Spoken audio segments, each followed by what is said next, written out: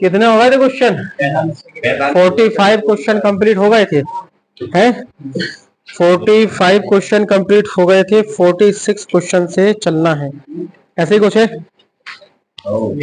चलो भाई तैयार है, स्टार्ट करें? हैं? चलो करते हैं स्टार्ट। 45 है, हाँ ठीक है। 45 क्लियर हो गए थे। कॉलर कॉलर का क्या करेंगे देख के? कॉलर दिखाना है क्या? कॉलर कैसी है? पढ़ने से मतलब है, पढ़ाने से मतलब है, फोकस करो पढ़ाई पे, है ना, जिसमें फायदा है। चलो देखते हैं 46 क्वेश्चन क्या कहता है। देखिए 46 क्वेश्चन कह रहा है एक इलेक्ट्रॉन पुंज में 5 माइक्रो एम्पियर की धारा प्रवाहित हो रही है। इट मीन आई बराबर 5 माइक्रो एम्पियर, और माइक्रो एम्पियर को एम्पियर में बदलने के लिए 10 की घात -3 का गुणा कर देंगे। ठीक है, गणना कीजिए प्रति सेकंड किसी बिंदु से कितने इलेक्ट्रॉन गुजरते हैं। किसी पॉइंट से कितने इलेक्ट्रॉन एक सेकंड में गुजर जाते हैं। टी बराबर एक सेकंड में कितने इलेक्ट्रॉन गुजर जाते हैं, एन का मान ज्ञात करना है। और हमको पता है कि एन ई बराबर आई टी होता है, तो एन बराबर क्या हो जाएगा, आई टी अपॉन ई। अब आई का मान कितना है, आई का मान है 5 गुणा 10 की घात -3, टी का मान 1 सेकेंड है, और ई का मान है 1.6 into 10 to the power -19। N बराबर कैलकुलेट कर लो, निकल आएगा। छोड़ दे भाई, कैलकुलेट ही तो करना है। 5 में 1.6 का भाग दे देना, और 19 में से 3 चली गई तो 10 की घात 16 ऊपर जाके प्लस की हो गई।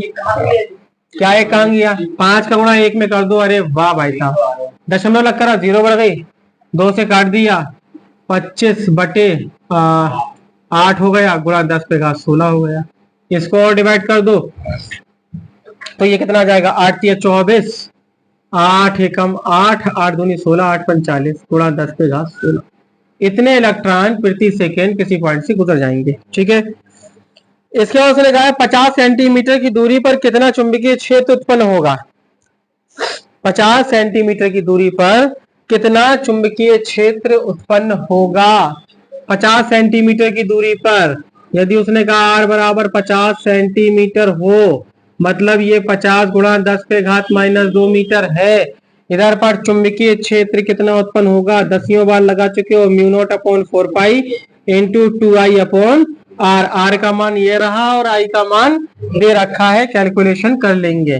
47 क्वेश्चन नंबर देखिए, 47 कह रहा है एक लंबे सीधे तार में 20 एम्पियर की धारा बह रही है।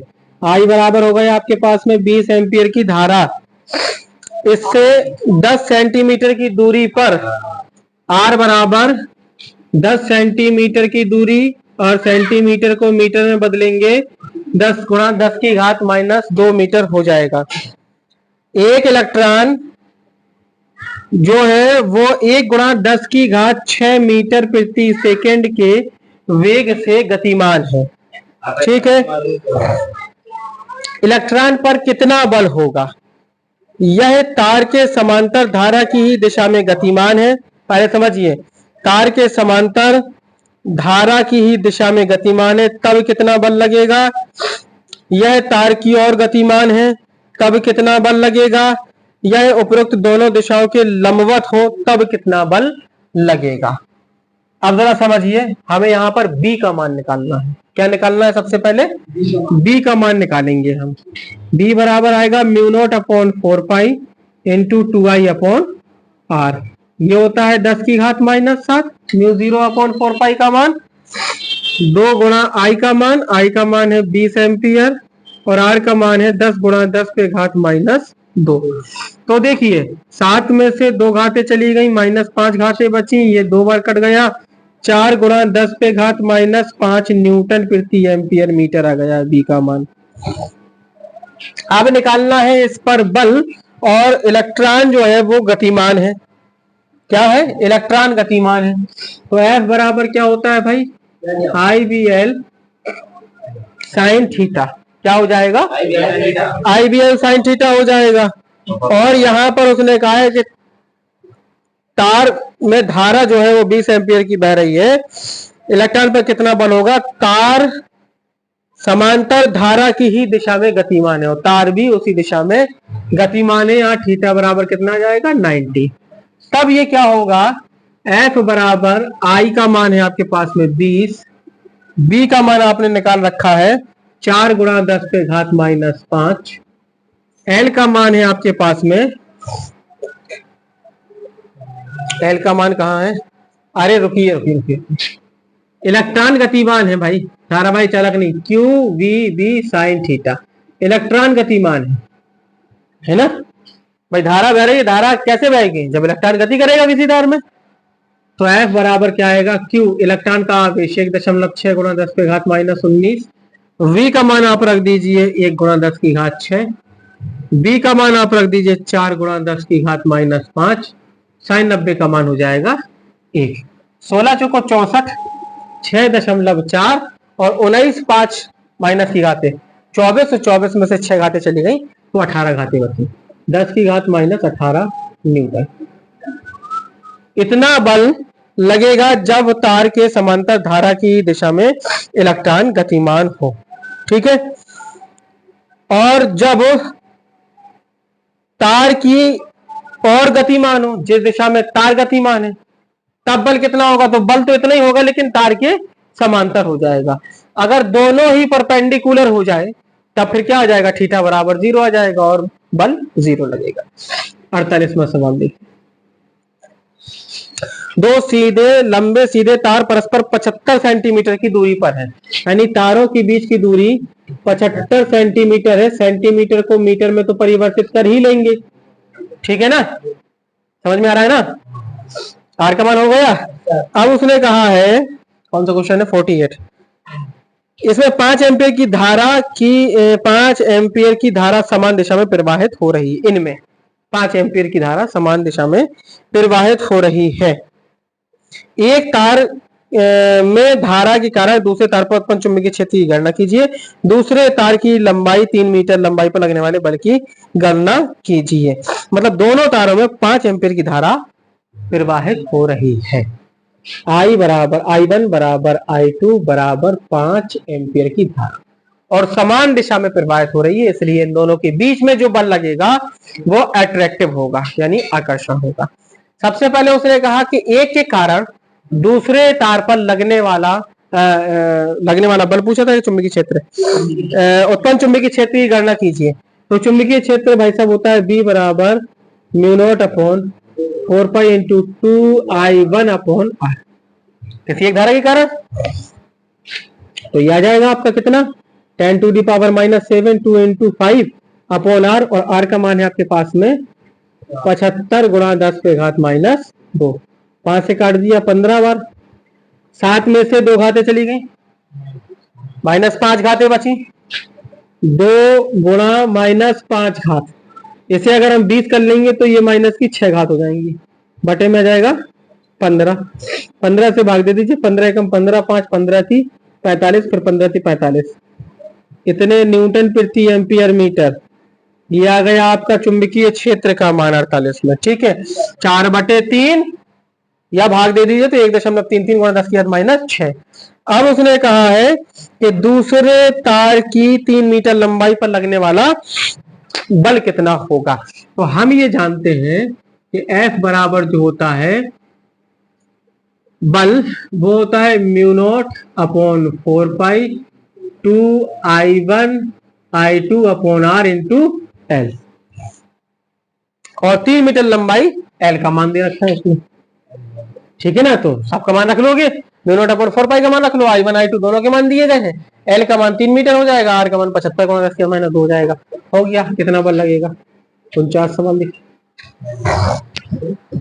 दो समांतर धारावाही तारों के मध्य चुंबकीय क्षेत्र का मान B है, जबकि तारों में क्रमशः I और 2I धारा बह रही है। बात को समझिएगा, एक पर I1 धारा है I के बराबर, I2 धारा है 2I के बराबर, और क्वेश्चन कह रहा है यदि धारा I वाले तार में धारा का मान 0 कर दिया जाए तब चुंबकीय क्षेत्र का मान कितना होगा?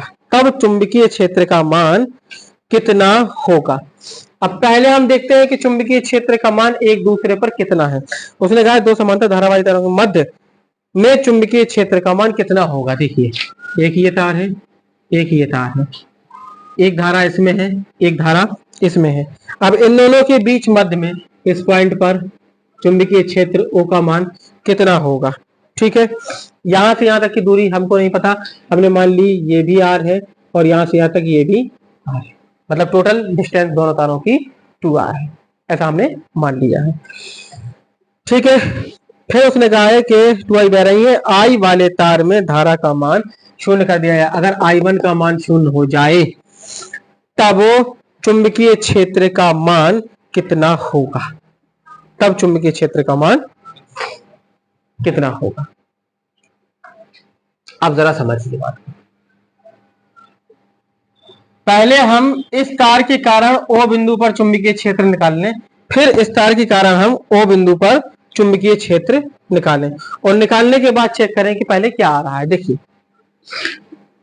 पहले हम निकालते हैं B1। B1 का मतलब पहले तार के कारण O बिंदु पर चुंबकीय क्षेत्र की तीव्रता μ0/4 पाई इंटू 2I, I का मतलब I1 अपॉन R, R का मतलब R ही है। इतना आ गया, रखा रहने दीजिए।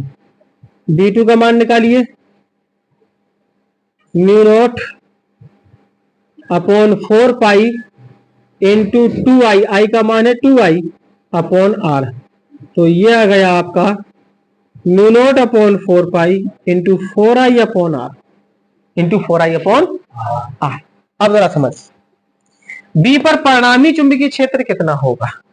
अगर मान लीजिए कि धारा की दिशा ये है I1 और ये है I2, तो एक के कारण अंदर की ओर और एक के कारण बाहर की ओर। B1 के कारण अंदर की ओर कागज के तल के लंबवत और B2 की दिशा कागज के तल के लंबवत बाहर की ओर होगी। तो कुल मिला के परिणामी जो चुंबकीय क्षेत्र होगा B का मान वो इन दोनों के अंतर के बराबर होगा, मतलब B2 माइनस B1। अब B2 क्या है आपके पास में, B2 है आपके पास में μ0/4 pi into 4I upon R और ये है μ0/4 pi into 2I upon R। तो ये फाइनली आपका बचा μ0/4 pi into 2I upon R, इतना बचा। अब इसने कहा है कि यदि I1 का मान 0 कर दिया जाए, यदि I1 बराबर क्या कर दिया जाए, 0 कर दिया जाए, तो I1 0 करने से B1 क्या आ जाएगा, 0। तब परिणामी कितना आएगा, B2 माइनस B1।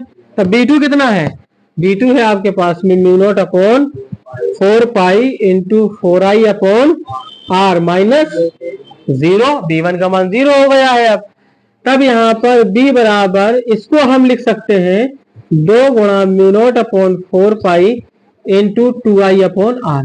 भाई इसका 4 का हमने 2 बाहर निकाल लिया, इतना आ गया। अब इतना मान किसके बराबर है, B के बराबर है, ये B डैश मान लो, तो B डैश बराबर 2B आ जाएगा, मतलब पहले की अपेक्षा 2 गुना हो जाएगा अगर हम तार में धारा बंद कर देते हैं।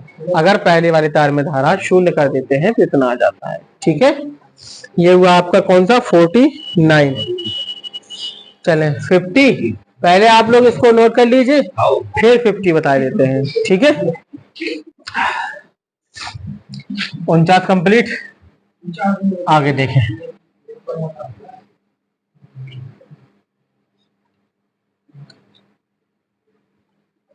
फोर्टी 49 तक आप लोगों के कंप्लीट हो गए हैं।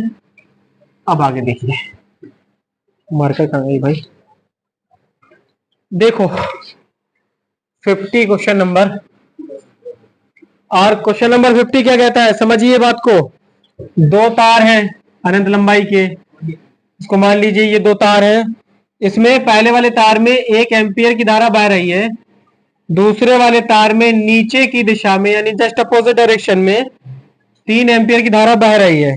ठीक है, दोनों के बीच की दूरी 2 सेंटीमीटर है और एक प्रोटॉन है, प्रोटॉन ऊपर की ओर गति कर रहा है 10⁶ मीटर प्रति सेकंड के वेग से ऊपर की ओर गति कर रहा है। ठीक है, अच्छा भाई, तो अब इन्होंने कहा है कि दिए गए चित्र में लंबे समांतर धारावाही चालकों में 1 एम्पीयर 3 एम्पीयर की धारा एक दूसरे की विपरीत दिशा में प्रवाहित हो रही है।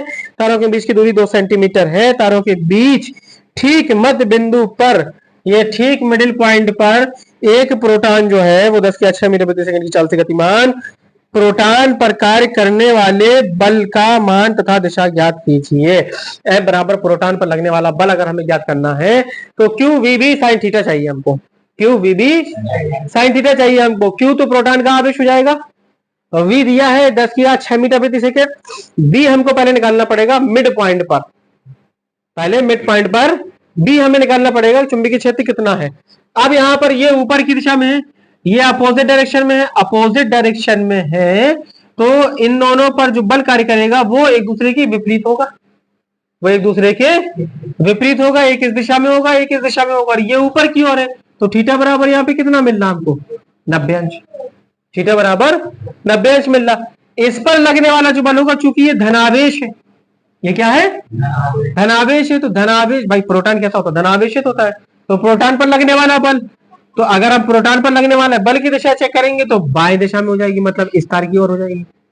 अब बल लगेगा कितना, तो सबसे पहले हमें निकालना है बी बराबर आएगा μ0/4 इंटू 2I/r। आर का मतलब कितना, यहां से यहां तक की डिस्टेंस मिड पॉइंट पर चुंबकीय क्षेत्र कितना है ये हमको चेक करना है। तो यह जाएगा आपके पास में 10⁻⁷ 2 इंटू आई का मान कितना है 1, कहा -6 है, क्या -6 है, μ0/4 का मान 10⁻⁷ होता ही है।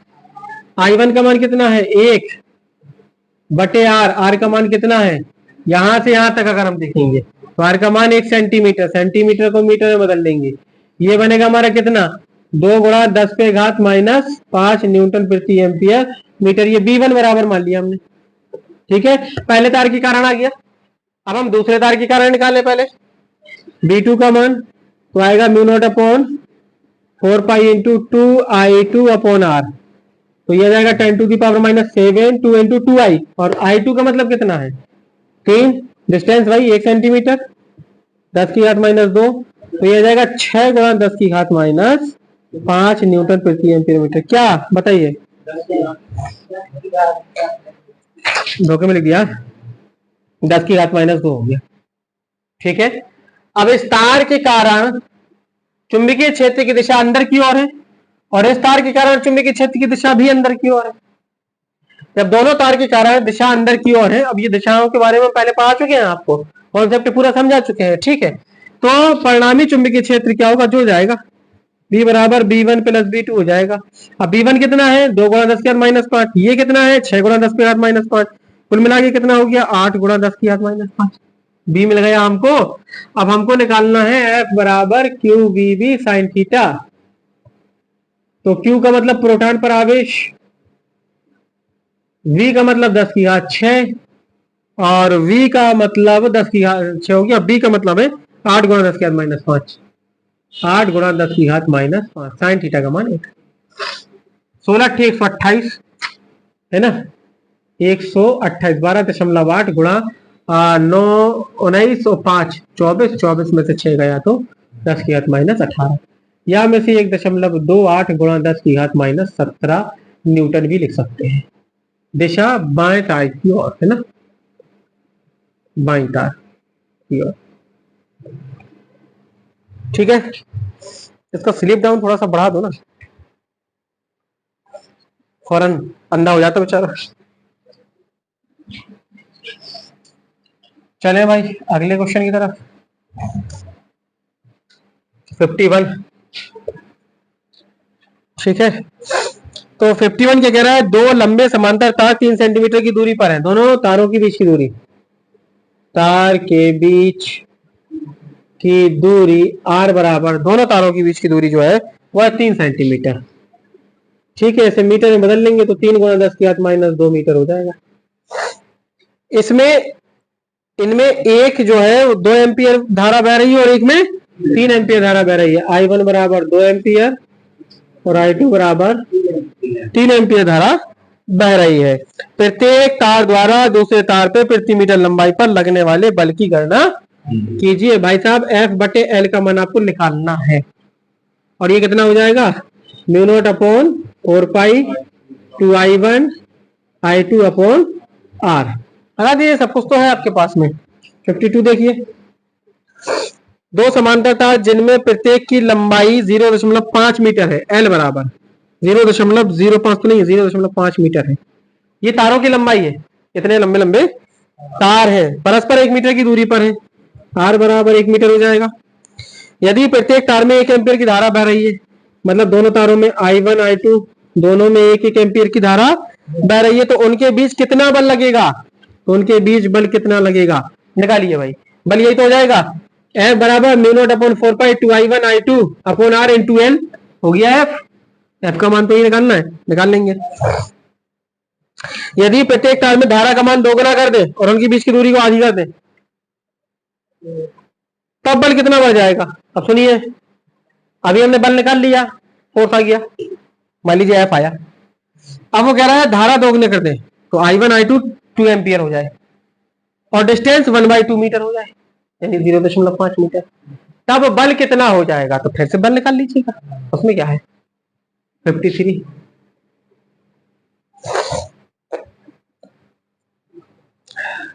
दो समांतर तार जिनकी पारस्परिक दूरी r बराबर वही है 0.06 मीटर, ठीक।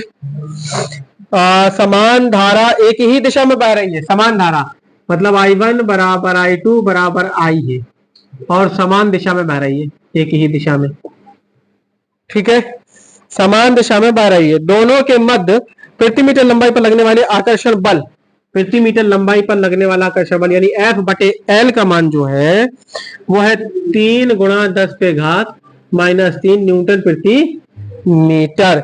किसी तार में बहने वाली धारा का मान याद कीजिए, कर लोगे ना, एफ बटे एल बराबर mu not upon 4 pi into 2i1 i2 upon r. F बटे एल का मान आपको पता है 3 गुणा 10 की घात -3, म्यू नॉट अपॉन 4 पाई का मान आपको पता है 10 की घात -7, 2i1 i2 का मान पता है आई स्क्वायर हो जाएगा अपॉन में आर का मान 0.06, आई स्क्वायर का मान निकल आएगा, बाद में वर्गमूल ले लीजिएगा, बात खत्म हो गई। 54 दो लंबे क्षैतिज तार एक दूसरे से 2 सेंटीमीटर की दूरी पर हैं, आर बराबर वही 2 सेंटीमीटर, सेंटीमीटर को मीटर में बदल लेंगे, ठीक है। ऊर्ध्वाधर तल में समांतर रखे, दोनों में एक ही दिशा में समान धारा बह रही है, i1 बराबर i2 बराबर i, इसमें भी वही कंडीशन है, समान है। नीचे के तार का द्रव्यमान 50 मिलीग्राम प्रति सेंटीमीटर है, तारों में कितनी धारा बह रही है, 50 मिलीग्राम प्रति सेंटीमीटर। एफ का मान एफ बटे एल बराबर, एफ बराबर होता है mg अपॉन एल, ठीक है। और m का मान कितना दिया है, यही मान दिया है उसने, एक मिनट, द्रव्यमान दिया है 50 मिलीग्राम, नीचे के तार का द्रव्यमान 50 मिलीग्राम प्रति सेंटीमीटर, तार में कितनी धारा बह रही है प्रति सेंटीमीटर है। अब जरा सुनिए, ये वैल्यू जो आपके पास में दी रखी है, उसने वैल्यू दी है इतने की, इतने द्रव्यमान प्रति मिलीग्राम प्रति सेंटीमीटर, एम अपॉन एल का मान कितना 50 मिलीग्राम प्रति सेंटीमीटर, इसे किलोग्राम प्रति मीटर क्यों बनाएंगे, 50 मिली अलग करो, फिर ग्राम अलग करो, अब बना किलोग्राम, और बटे में सेंटीमीटर को मीटर में बनाओ, अब बनाइए किलोग्राम प्रति मीटर में। तो यह जाएगा आपका 50 या 5 कर लीजिए, 3 और 3 6 में से एक गए 5, एक 0 चली गई 5, और 5 में से 2 गई तो 10 की घात -3, इतने किलोग्राम प्रति मीटर एम अपॉन एल का मान आया, एम अपॉन एल का मान। हाँ जी, क्या एफ कहाँ है अभी, एम अपॉन एल का मान है अभी तो। अब देखिए एफ बटे एल बराबर होता है mu not upon 4 pi into 2i1 i2 upon r, ऐसा नहीं होता है। तो देखें एफ बटे एल, एफ का मतलब होता है mg बटे एल, म्यू नॉट का मान है 10 की घात -7, टू, I1 का मान आई है, I2 का मान आई है अपॉन आर, और आर का मान है 2 गुणा 10 की घात माइनस 2। एम अपॉन एल का मान है 5 गुणा 10 की घात माइनस 3, 5 गुणा 10 की घात माइनस 3। और जी का मान फिलहाल 10 रख लीजिए, ये 2 से ये 2 कैंसिल हो जाएंगे, 10 की घात माइनस 5 बचेगा और ये आई स्क्वायर हो जाएगा। तो भाई मेरे आई स्क्वायर बराबर कितना आ जाएगा, एक घात से एक घात कैंसिल हो गई, 5 गुणा 10 पे घात माइनस 2 बचेगा और 10 पे घात माइनस 5 बटे में चला जाएगा। आई स्क्वायर बराबर 10 पे घात 3 हो जाएगा, ऊपर जाएगा तो ये हो गया आई स्क्वायर बराबर 5000। 5000 को आप लिख सकते हो 50 गुणा 100, ठीक है। 50 का वर्गमूल लोगे तो 55 25 दूनी 50, 5 रूट 2, और 100 का वर्गमूल लोगे 10, 5 दाम 50, और आई का मान चाहो तो इतना ही रखा रहेगा, तो चाहो तो 1.41 कर लो, 0 5 एकम 5, 5 को 20, 2 5 एकम 5 2, 7 2 अंक के बाद दशमलव, लगभग 70.5 एम्पियर आ जाएगा। ठीक है ना, क्लियर है। अब ये आप लोग नोट कर लीजिए, कल से आपका next chapter, next topic start होगा। इससे संबंधित जितने भी न्यूमेरिकल थे वो हमने आपको सबको बता दिए।